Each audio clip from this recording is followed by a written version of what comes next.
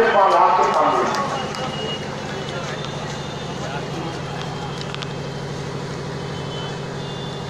आज का ये जलसा बनाम कारवान साथी निहाल साहब, साथियों ने जो नाम रखा, इस जलसे का नाम तय किया, उसके पीछे कोई सोच है, कोई मकसद है। कारवान साथी निहाल साहब ये नाम तय करते हुए ये सोच थी, ये समझ थी कि मालेगांव शहर में, इस शहर का शहरी जिसको जुल्म के खिलाफ, बदउनवानी के खिलाफ सरकार और पुलिस के मजालिम के खिलाफ ताकत से सीना सफर होने की तरकीब जिस लीडर ने दी वो साथी निहाल साहब। बदउनवानी के खिलाफ रहना, बदउनवानों के खिलाफ रहना, बदउनवानों को अपने आप से दूर रखना और भले से तुम्हारी ताकत, तुम्हारा नुकसान होता हो, मगर हर हाल में बदउनवानी के खिलाफ शीशा पिलाई दीवार की तरह जनता दल के वर्कर खड़े रहे और मालेगांव शहर के लोगों को भी बदउनवानी के खिलाफ, बेईमानी के खिलाफ राय आम्मा बनाते रहे। ये तरकीब निहाल साहब ने हम सब वर्करों को दी। हम जनता दल के वर्कर उसी सोच, उसी ख्याल और उसी नजरिए को सामने रखकर पार्टी के कामकाज को आगे लेकर जा रहे हैं और उसको जिंदा रखेंगे हर हाल में। यही मतलब है कारवान साथी निहाल का उन्वान रखने का। जो साथी यहाँ पार्टी में तशरीफ लाए, मैं उन सब का पार्टी की तरफ से, पार्टी के जिम्मेदार यहाँ मौजूद हैं, हनीफ साबिर साहब, शफीक राना साहब, अनीस मिस्त्री साहब, मोहम्मद मुस्तकीम साहब, तमाम पार्टी के जिम्मेदारों की तरफ से, तमाम छोटे बड़े वर्करों की तरफ से मैं उनका इस्तकबाल करता हूँ। जब मेरी मुलाकात मोहम्मद हुसैन अलाउद्दीन साहब से हुई तो उन्होंने एक बात मुझसे कही थी और मैं समझता हूं कि ये बात यहां बोलनी चाहिए। उन्होंने मुझसे बात करते हुए, मुलाकात हमारी जब हुई तो उन्होंने कहा कि मैं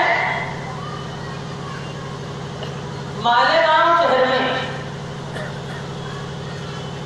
सियासी तौर से निहाल साहब के साथ काम किया, दूसरी सियासी पार्टियों में भी मैंने काम किया, मगर आज साहब के इंतकाल के बाद उनके नजरिए को लेके हिम्मत के साथ अगर पार्टी के नौजवान साथी चल रहे होंगे तो मैं समझता हूं कि उस सोच को ताकत देने का काम मुझे करना चाहिए। इसलिए मैं पार्टी में शमूलियत इख्तियार कर रहा हूं।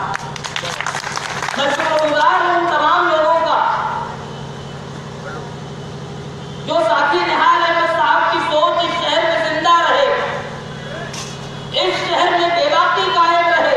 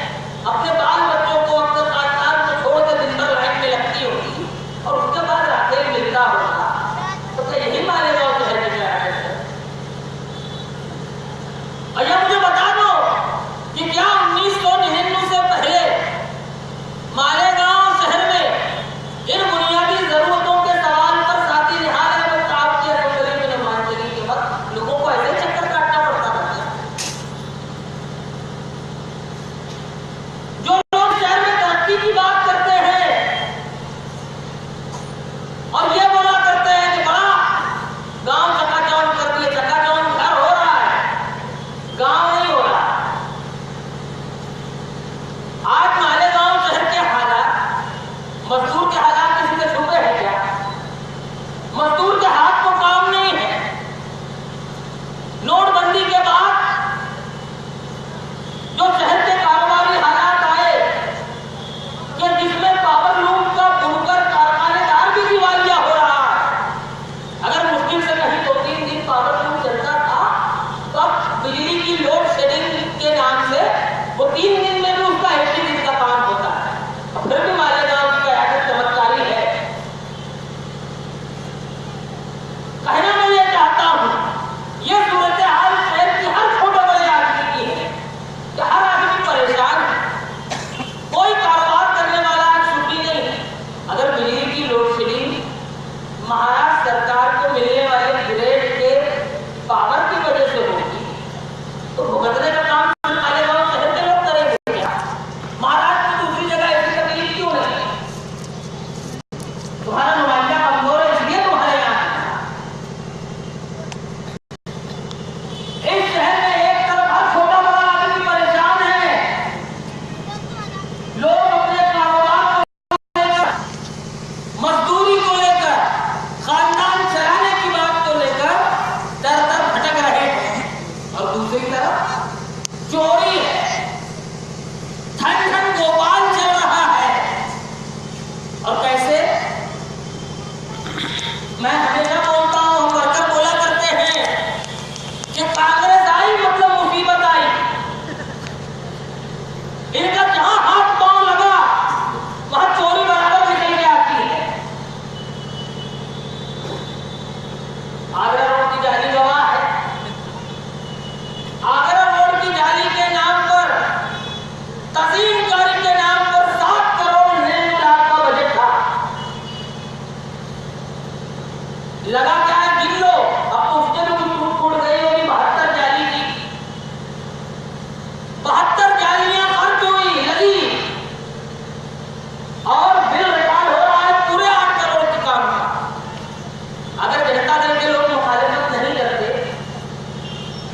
तो चोर ठेकेदार को ये रकम मालेगांव के आवामी खजाने से लूट ली होगी। और बात सब नेकी की, बात सब अच्छाई की, मगर धंधा उसके बिल्कुल उलट। ये मालेगांव का शहर है जो 70% मुसलमानों की आबादी का शहर है, जहां अच्छाई और बुराई का फर्क किया जाता है, जहां नेकी और बदी को पसंद और नापसंद किया जाता है। उस शहर में हज जैसे मुकद्दस फरीजे के नाम पर रंग रंगौटी करना, पहले से मना पुराने लोग भी यहाँ होंगे। मैंने खुद मेरी आंखों से देखा है, नौजवानों में भी देखा होगा कि साबिर सत्तार टाउन हॉल पहले से था स्कूल नंबर 1 के कंपाउंड में।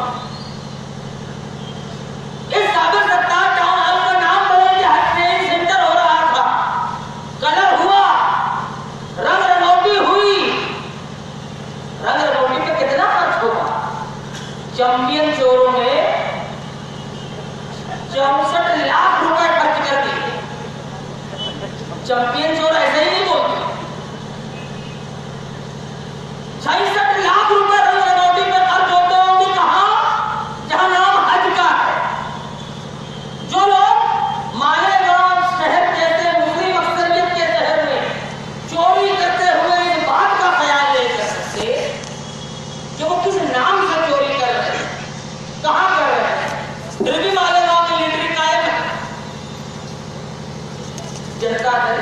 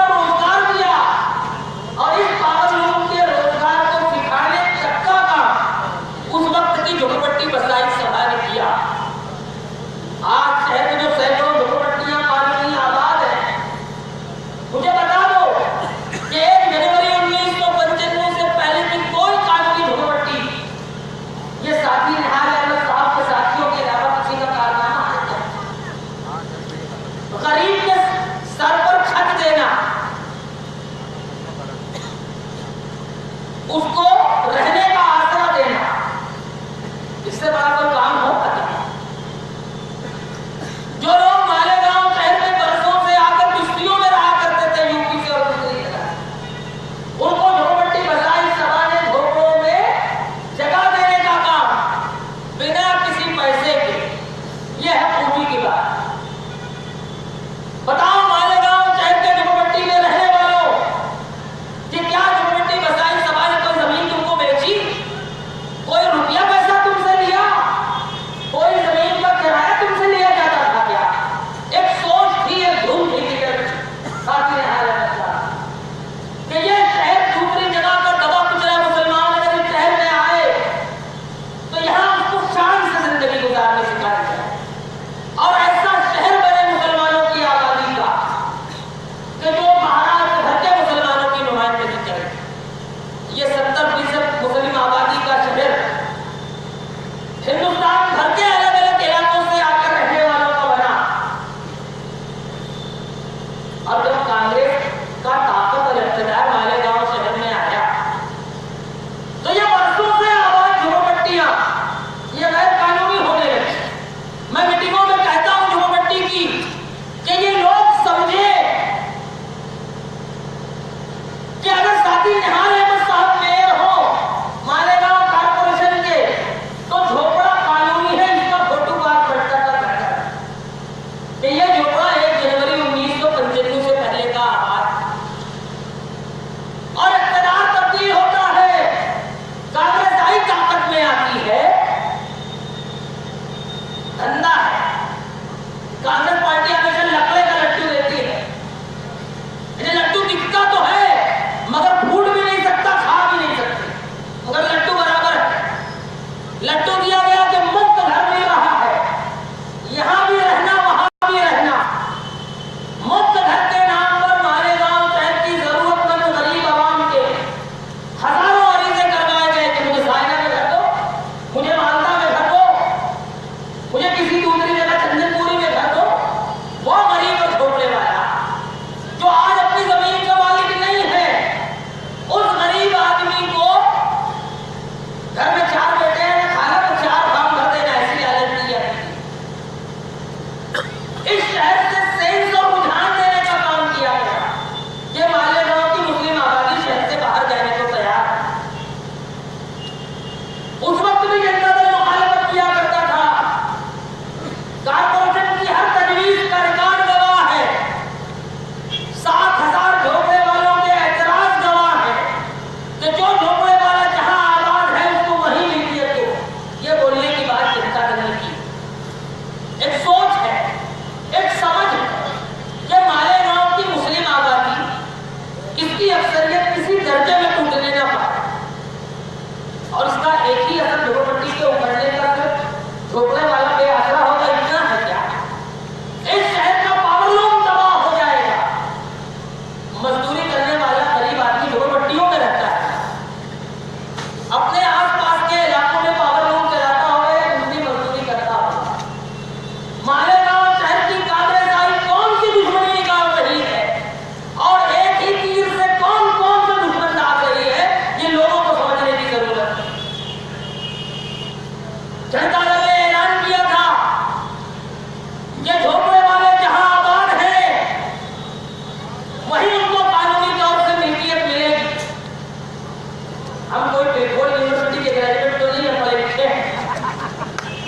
जो बोलते हैं उसकी तहरीरी सबूत और बात रखते हैं।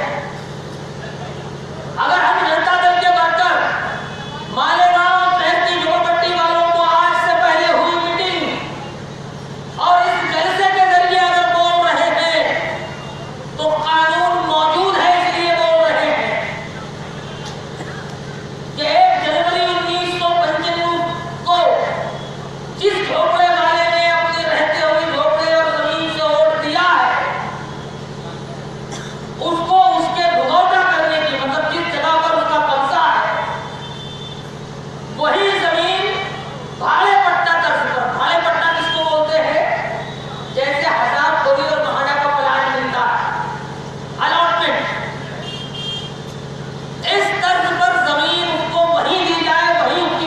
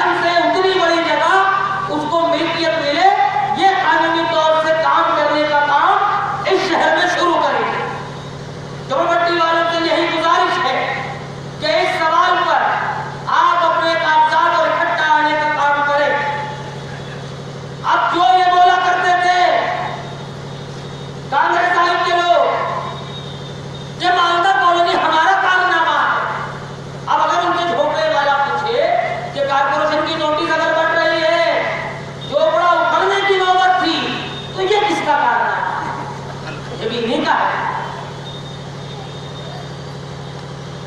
इस जलसे से हम मालेगांव शहर के झोपड़पट्टी वालों को इस बात का यकीन और खुशखबरी दिला रहे हैं कि जो झोपड़ा जहां आबाद है, सरकार के कानून के मुताबिक उसे वही मिल्कियत मिलेगी। जिस झोपड़े वाले के पास कोटू पास नहीं होगा, उसको कोटू पास दिलाने की तहरीर भी मालेगांव शहर के हर झोपड़े वाले के लिए शुरू हो।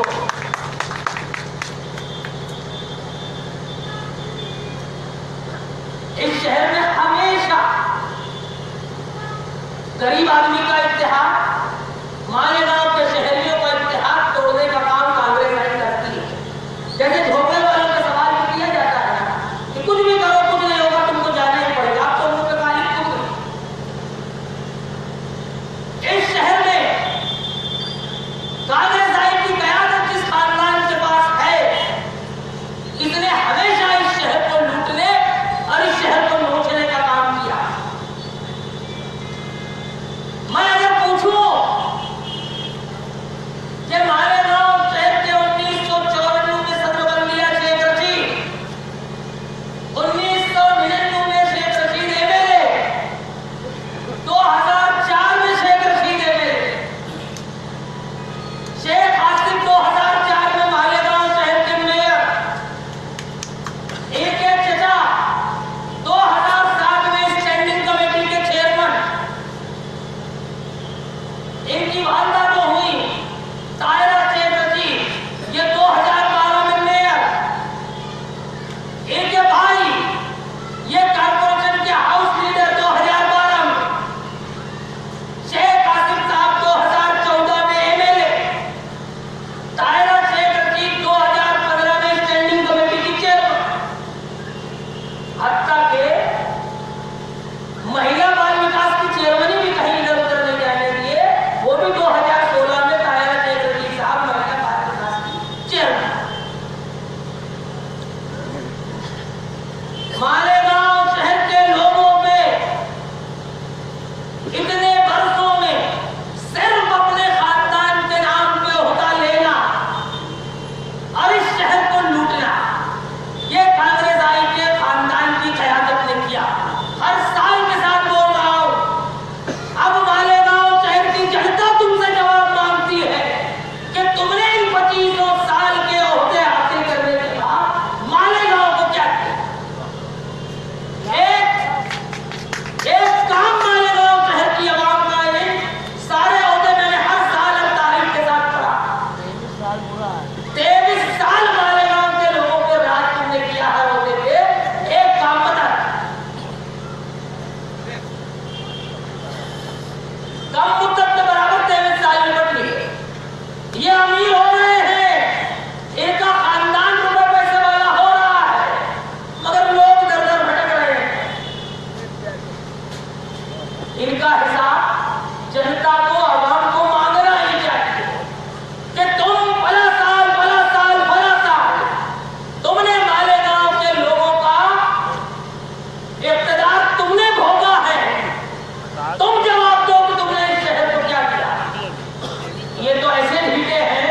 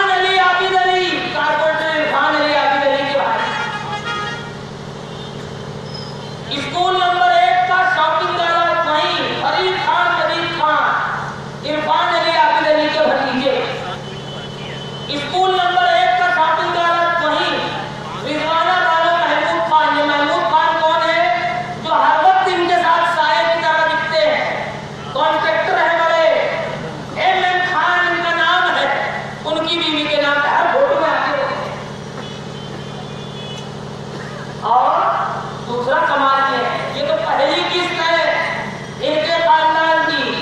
हर जलसे में इनके खानदान की किस्त आएगी और फायदा उठाने की और मालेगांव में बटे। ये बेचारे इतने बेकस ऐसे मजबूर हैं कि मालेगांव शहर में जिनको रहने को घर नहीं था, जो सड़क पे आबाद थे बेघर लोग, उन बेघर लोगों को जब सड़क पे से उठाया गया तो उन बेघर अफराद को घर दिया गया सर्वे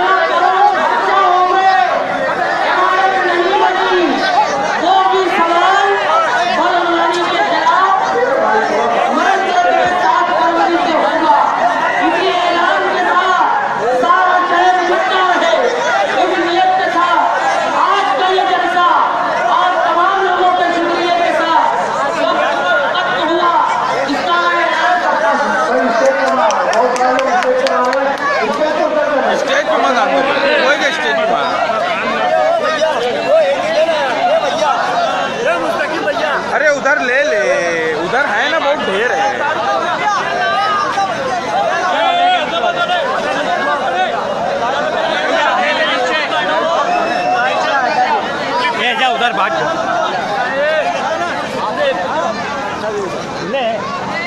क्या अरे वो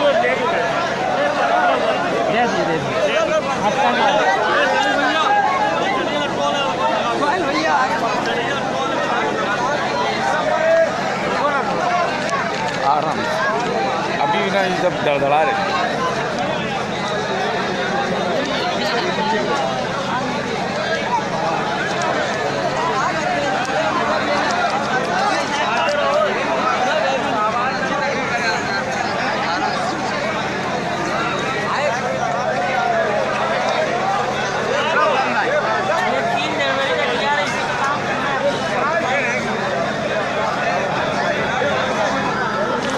चालू होंगी अभी भी मैं कर दूंगा।